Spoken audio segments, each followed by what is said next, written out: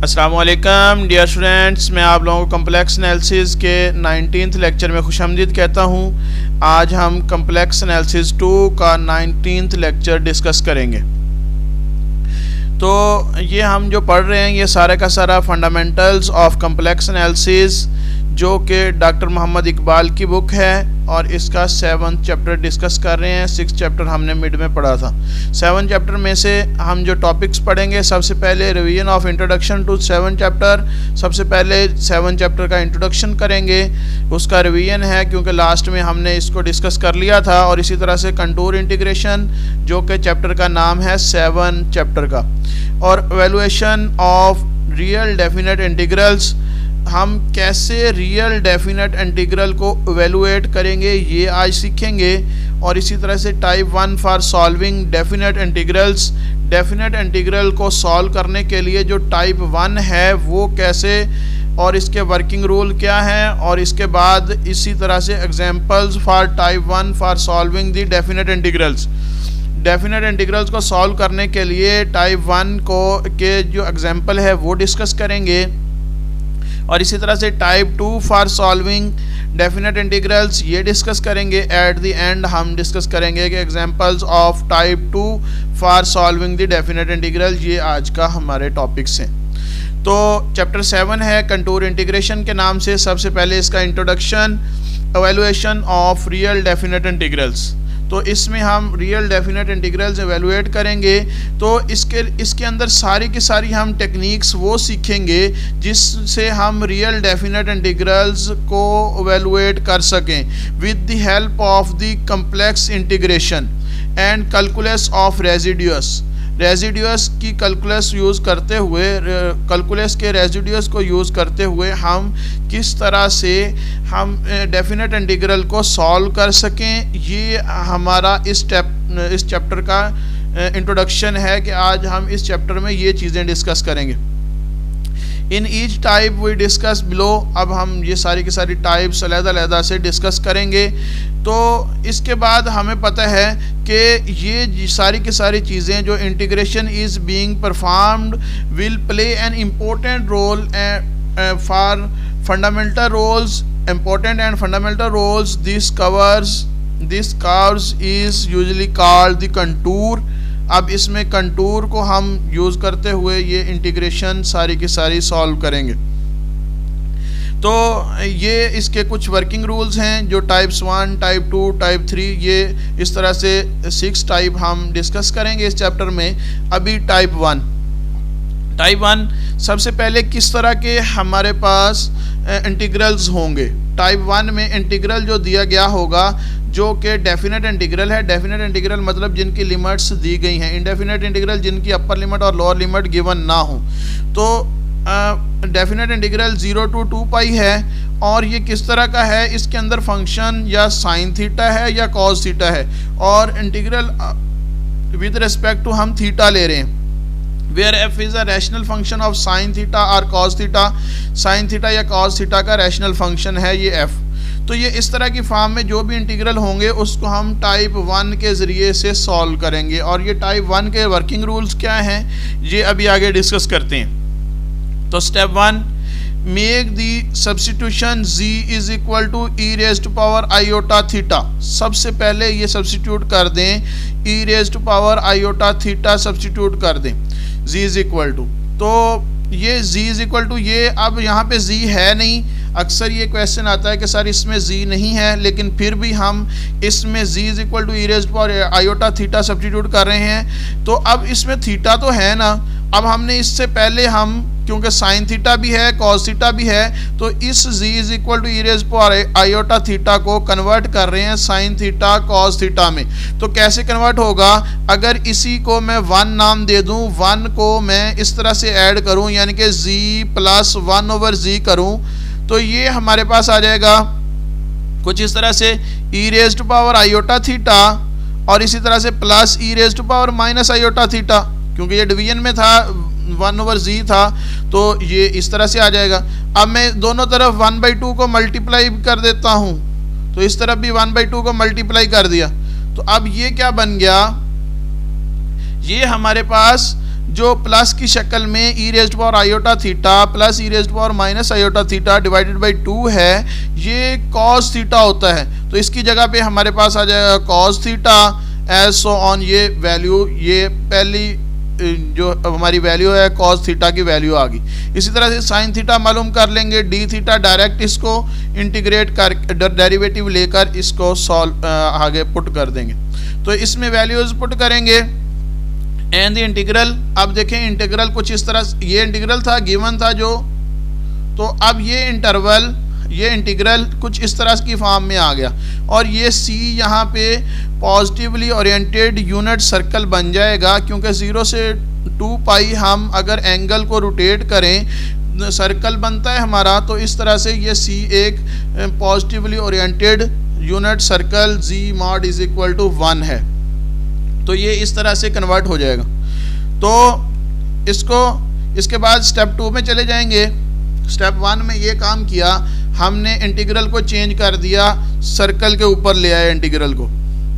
दूसरे नंबर पे क्या काम करेंगे, सब्स्टिट्यूशन के ज़रिए से ये काम किया है। फिर उसके बाद दूसरे नंबर पे अब हमने जो वैल्यूज़ हैं इस फंक्शन का एफ ऑफ जी, इसके सारे पोल्स फाइंड करेंगे। Calculate the poles of f of z के पोल्स फाइंड करेंगे। अब से हम कहते हैं कि इसके ये पोल्स हैं Z0, Z1, Z2 so on, इस तरह से सारे पोल्स हैं इसके। तो अब इसके बाद क्या करना है, those poles which lies in the unit circle, वो पोल सेलेक्ट करने हैं जो यूनिट सर्कल के अंदर लाई करते हैं। यानी कि ये यूनिट सर्कल मतलब 1 रेडियस का सर्कल है। तो अब इस यूनिट सर्कल के अंदर जितने पोल्स लाई करते हैं वो सिलेक्ट करने हैं। उनको सिलेक्ट करने के बाद उनका रेजिड्यूस फाइंड करना है, उन सिलेक्टेड पोल्स के ऊपर रेजिड्यूस फाइंड करना है। रेजिड्यूस फाइंड करने के बाद अब ये residues suppose that R1 of f Z0 आ गया और इसी तरह से R2 ऑफ एफ Z1 आ गया। ये रेजिड्यूस हमने एज एग्जांपल के तौर पर ये फाइंड होगा। अब रेजिड्यूस फाइंड करने के बाद तीसरे स्टेप में क्या करना है, जस्ट हमने काशी रेजिड्यूस थ्योरम अप्लाई कर देना है। काशी रेजिड्यूस थ्योरम आपको याद होगा, integral along curve C f of z d z हो तो वो इज इक्वल टू होता है 2 पाई आयोटा और समीशन सारे के सारे जो रेजिड्यूस हैं हमारे पास, summation j is equal to 1 to n, जितने भी रेजिड्यूस थे जो सिलेक्ट हुए हमारे उस यूनिट सर्कल के अंदर आर जे, तो ये सारे आर जे का सम करके 2 पाई आयोटा से मल्टीप्लाई कर दें तो ये हमारे पास काशी रेजिड्यूस थ्योरम होता है। तो सबसे पहले इसको इसमें कन्वर्ट किया था, फिर इसके बाद ये इज इक्वल टू दिस आ जाएगा, तो ये इंटीग्रल सॉल्व हो जाएगा। तो this is the evaluation of this integral. तो एक एग्जांपल डिस्कस करते हैं जो आपको बात और समझ आ जाएगी। सबसे पहले एग्जांपल है प्रूव डैट, इस चीज़ को प्रूव करना है कि integral from 0 to 2 pi d theta over a plus b cos theta. अब देखें ये इंटीग्रल वही टाइप 1 की टाइप का है, तो इसमें थीटा के लिहाज से है और 0 to 2 पाई है लिमिट, और सेम इसमें कॉस का फंक्शन है कॉस थीटा का। तो अब इसको प्रूव करना है 2 pi over a square minus B square, where a greater than b होगा, b ग्रेटर देन होगा 0 से, ये चीज़ें गिवन है। तो अब स्टेप 1 में क्या करना था हमने, जो जहाँ थीटा था यानी कि z is equal to e raised power iota theta put करना था। तो इसका मतलब है कॉस थीटा यहाँ पे है, तो कॉस थीटा हमने पुट करना है 1/2 z प्लस 1 ओवर z, ये चीज़ पुट करनी है। और डी जी की जगह पे डी थीटा की जगह पे D z over iota z, ये चीज़ पुट करनी है। तो पुट करने के बाद टेक्स द फॉर्म कुछ इस तरह से। तो अब ये सर्कल के ऊपर आ गई वैल्यूज़, तो integral along this circle d z over iota z divided by a plus b by 2 z plus 1 by z. तो ये वैल्यूज़ हमारी इस इंटीग्रल की वैल्यूज़ आ गई बाई सब्स्टिट्यूटिंग। तो इनको सब्स्टिट्यूट करने के बाद वही काम क्या करना है, हमने क्या किया था कि एफ ऑफ जी की फंक्शन मालूम कर लेना है और उस फंक्शन के ऊपर सारे के सारे पोल्स फाइंड करने हैं। अब देखिए पोल्स कैसे होंगे, अगर ये जो डिनोमिनेटर हमारा है अगर इसको 0 पुट कर दिया जाए और जी की जो वैल्यूज़ अगर निकाल ली जाएं तो इसका मतलब है इस पर फंक्शन की वैल्यू इन्फिनिट आएगी और ये जो सारे के सारी वैल्यूज़ होंगी। हमने कहा था कि principal part of the Laurent series have finite number of terms, तो then these finite number of terms are called poles. तो ये जिन पर ये फाइनाइट नंबर ऑफ टर्म्स हैं z is equal to z nought पर, तो ये सारे के सारी हम वैल्यूज़ मालूम करेंगे। तो इसका मतलब है कि इसको अगर ज़ीरो पुट करके z की वैल्यू निकाल ली जाए, this is a quadratic equation, और इस क्वाड्रेटिक इक्वेशन को हम बाय यूजिंग फार्मूला इसको सॉल्व कर सकते हैं। सेकंड पार्ट में the poles of f of z is the root of this, तो इस इक्वेशन का ये रूट होगा। Is equal to zero put करने के बाद रूट आ गए, तो रूट कुछ इस तरह से बने minus A plus minus under root A square minus B square divided by B. तो इसको कोई भी आसानी से एवेलुएट कर सकता है। तो जो कि फार्मूला था minus B plus minus under root B square minus 4ac divided by A square था।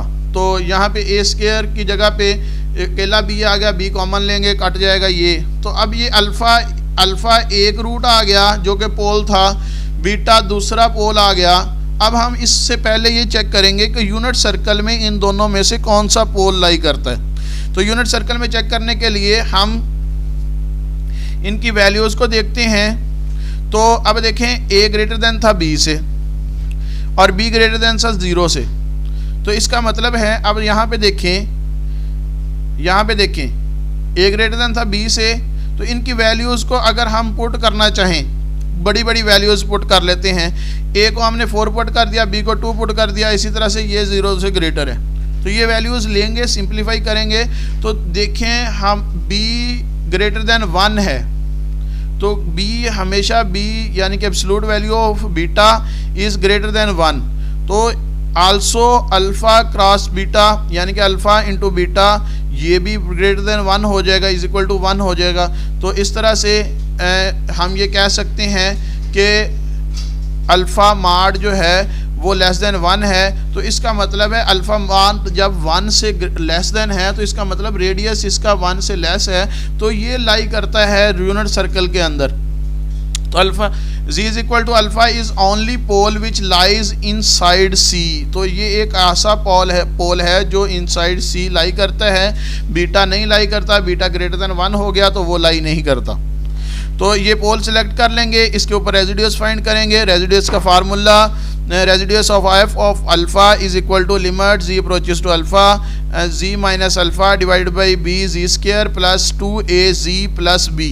तो इसमें ये पुट कर दिया, ये हमारे पास वही का वही डिनोमिनेटर आ गया।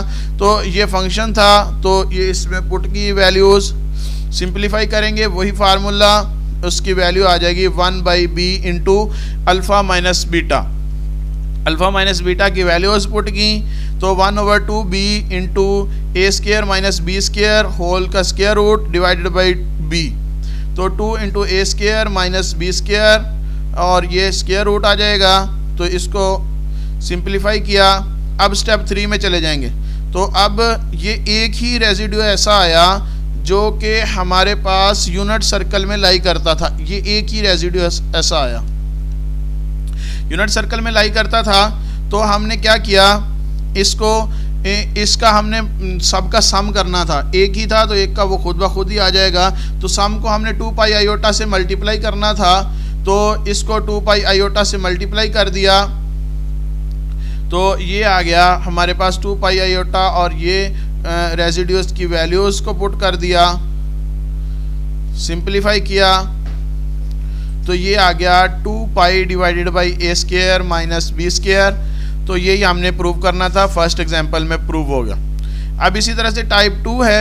अब देखिए वहाँ पे डेफिनेट लिमिट जो दी गई थी 0 से 2 पाई के दरमियान में दी गई थी, तो उसको हमने चेंज किया, फिर सब्स्टिट्यूट किया, फिर रेजिड्यूस फाइंड किए, पहले पोल्स फाइंड किए, फिर रेजिड्यूस फाइंड किए, फिर उसके बाद काशी रेजिड्यूस थ्योरम में पुट कर दी वैल्यूज़। तो यहाँ पे हमारे पास लिमिट हो -∞ टू इन्फिनिटी या 0 टू इन्फिनिटी हो f ऑफ x dx हो। तो इसको कैसे सॉल्व करेंगे, तो इसके स्टेप्स कुछ इस तरह से हैं। Step 1 residue at z।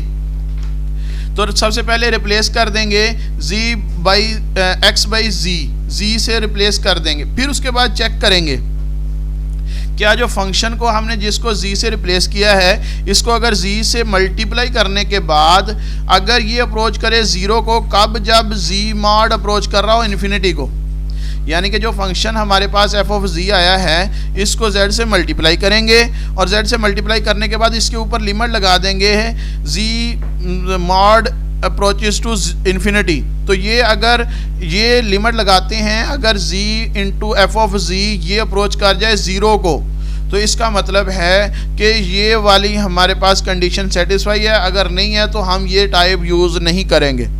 तो अगर z into F of g approach कर रहा हो ज़ीरो को, कब, जब z की एब्सोल्यूट वैल्यू को z की एब्सोल्यूट वैल्यू अप्रोच कर रही हो इन्फिनिटी को। तो इसके बाद find the poles of f of g, फिर उसके बाद फाइंड पोल करेंगे एफ ऑफ जी। अगर ये चीज़ ना हो रही हो पहली लिमिट सेटिस्फाई, तो उसके नेक्स्ट स्टेप पे नहीं जाएंगे, दूसरी टाइप यूज़ करेंगे। तो locate these poles lies in the upper half plane. अब ये हमारे पास प्लेन होता है, ये एक्स एक्सिस है, ये वाई एक्सिस है। ऐसे पोल्स जो अपर हाफ प्लेन में लाई करते हों वो सिलेक्ट करने हैं, बाकी कोई भी सिलेक्ट नहीं करना। जैसे कि पिछली टाइप में हमने वो पोल सिलेक्ट किए थे जो सर्कल के अंदर लाई करते थे, इसमें वो पोल सिलेक्ट करेंगे जो अपर हाफ प्लेन में लाई करते हैं, ये वाले। तो find the residue at the located poles, उन पर रेजिड्यूस फाइंड कर लेना है। रेजिड्यूस फाइंड करने के बाद अब क्या होगा, इसको इस फार्मूले में पुट कर देना है, minus infinity to infinity F of X D X, जो कि बराबर आ जाएगा 2 pi iota summation R plus. R plus का मतलब ये है वो वाले रेजिड्यूस जो कि लाइंग अपर हाफ प्लेन, जो अपर हाफ प्लेन पर लाई करते हैं, ये सारे के सारे रेजिड्यूस फाइंड कर लेंगे। तो इस तरह से रिमार्क याद रखना है कि कभी भी कोई रियल लाइन पर पोल नहीं लाई करता, ये भी जहन में रखना है। और इसी तरह से अगर P of Z divided by Q of Z हो तो ये पोलिनोमियल्स हैं। तो Q ऑफ Z अगर ज़ीरो हो तो नो रियल रूट, तो इसका कोई भी रियल रूट नहीं है। और इसी तरह से अगर degree of polynomial P of Z is at least 2 less than the Q of Z, so हमारे पास ये D of Z F of Z approach करेगा ज़ीरो को as z mod approaches to zero. तो ये दो रिमार्क्स हैं, ये जहन में रखने हैं कि अगर P ऑफ Z की, यानी कि ये ऊपर वाले की नोमिनेटर की डिग्री जो is at least 2 less than, कम हो दो डिनोमिनेटर की डिग्री से, यानी Q ऑफ Z से, तो so that Z F of Z approach करेगा ज़ीरो को as this approaches to infinity. तो ये हमें पता है। तो इसके बाद एग्जाम्पल 1 है, प्रूव डैट इंटीग्रल है minus infinity to infinity D X over X square plus 1 whole का क्यूब। तो ये 3 पाई बाई 8 के बराबर प्रूव करना है। तो step 1, given F of X is equal to ये चीज़ है, तो इसमें जी पुट कर लेंगे सबसे पहले। तो एफ ऑफ जी बन जाएगा 1 ओवर जी स्क्वायर प्लस 1 होल का क्यूब। तो अब हम देखते हैं क्या इसमें जी मॉड, अगर हम लिमिट पुट करें अप्रोचेस टू इन्फिनिटी, क्या ये z F of z approach करता है ज़ीरो को या नहीं। तो अब ये देखें, z यहाँ पे इन्फिनिटी लेकर आएँ तो infinity plus 1 infinity 1 over infinity is equal to 0 आ जाएगा। तो इसका मतलब है z एफ ऑफ z, यानी कि इसके साथ z भी मल्टीप्लाई कर लें अगर, तो z एफ ऑफ z, अब इसमें से z कॉमन भी लेना है पहले, तो कॉमन लेके काटेंगे z को, फिर उसके बाद इसमें लिमिट पुट करेंगे। तो ये हमारे पास z F of z approach कर जाएगा ज़ीरो को, और कब, जब z अप्रोच कर रहा होगा इन्फिनिटी को। तो इस तरह से फिर सेकंड स्टेप में चले जाएंगे। सेकंड स्टेप में हमारे पास पोल्स आ गए, अब इसके पोल्स फाइंड करेंगे। तो अब देखें इसकी पावर 3 है, तो इसका मतलब जो भी पोल आएगा वो ऑर्डर 3 का आएगा। तो g square plus 1 is equal to 0 put कर लेंगे, तो पोल फाइंड करेंगे। z इज इक्वल टू आ जाएगा प्लस माइनस आयोटा, ये -1 उधर जाके स्क्वायर रूट फॉर्म में प्लस माइनस आयोटा आ जाएगा। तो ये हमारे पास रूट आ गए z is equal to plus minus iota. अब हम इसको देखेंगे अपर हाफ प्लेन पे, पहले लोकेट करके देखेंगे। तो ये अगर मैं z is equal to plus minus iota है तो इसको लहदा लिखूँ z is equal to iota, और इसी तरह से z is equal to minus iota. तो इसको मैं लिख सकता हूँ पॉइंट की शक्ल में 0,1, और इसको मैं लिख सकता हूँ 0,-1। तो अब मैंने लोकेट किए यहाँ पे अगर 1 था, यहाँ पे -1 था, यहाँ 1 था, तो अब 0,1 जो लाई करता है अपर हाफ में, और ये 0 कॉमा -1 ये लाई करता है लोअर हाफ में। तो हमने कौन से सिलेक्ट करने थे? जो अपर हाफ पर लाई करते होंगे। तो अपर हाफ वाले सारे के सारे सिलेक्ट कर लेंगे। वो एक ही पोल आएगा, the only one pole lie in the upper half plane in z is equal to iota, जो z is equal to iota lie करता है और इसका आर्डर 3 है। आर्डर क्योंकि ये हमारे पास पावर उसकी 3 थी। तो अब क्या काम करेंगे? हम इसके रेजिड्यूस फाइंड करेंगे। z is equal to iota पर जो अपर हाफ प्लेन वाले थे उन पर रेजिड्यूस फाइंड करेंगे। रेजिड्यूस f कॉमा आयोटा पर फाइंड करेंगे तो ये आ जाएगा 1/2। ये 3 का था ऑर्डर का, तो वो हमारे पास m का फार्मूला था 1/m-1 factorial d m-1 divided by dgm-1 into, अब हमारे पास ये जो हमारे पास फंक्शन था वो आ जाएगा और इसी तरह से 1/, ये वैल्यूज़ पुट कर दी। तो पुट करने के बाद इसको सिंप्लीफाई करेंगे, रेजिड्यूस फाइंड करेंगे तो रेजिड्यूस आ जाएगा 6/32 आयोटा, जो कि हमने मिड में काफ़ी चीज़ों के रेजिड्यूस फाइंड किए थे। तो इसके बाद स्टेप 3 पे चले जाएंगे। जो रेजिड्यूस आया है उसको 2 पाई आयोटा से मल्टीप्लाई कर देंगे तो ये इंटीग्रल की वैल्यूज़ आ जाएंगी। इस इंटीग्रल की वैल्यूज़ को फाइंड करने के बाद हमने इस इंटीग्रल की वैल्यू 3π/8 आ गई, जो कि हमने प्रूव करना था, हैंस प्रूव्ड। तो ये चीज़ प्रूव होगी। इस तरह से आप लोगों के ज़िम्मे है कुछ एग्जांपल्स, वो आप लोगों ने ज़रूर कर लेनी है। तो डू यूर सेल्फ में 245 to 251 पेजेस ये आप लोगों ने करने हैं, जो कि book fundamentals of complex analysis by doctor Mohammad Iqbal में से करने हैं। तो बेटे आज तक के लिए इतना ही। Thanks and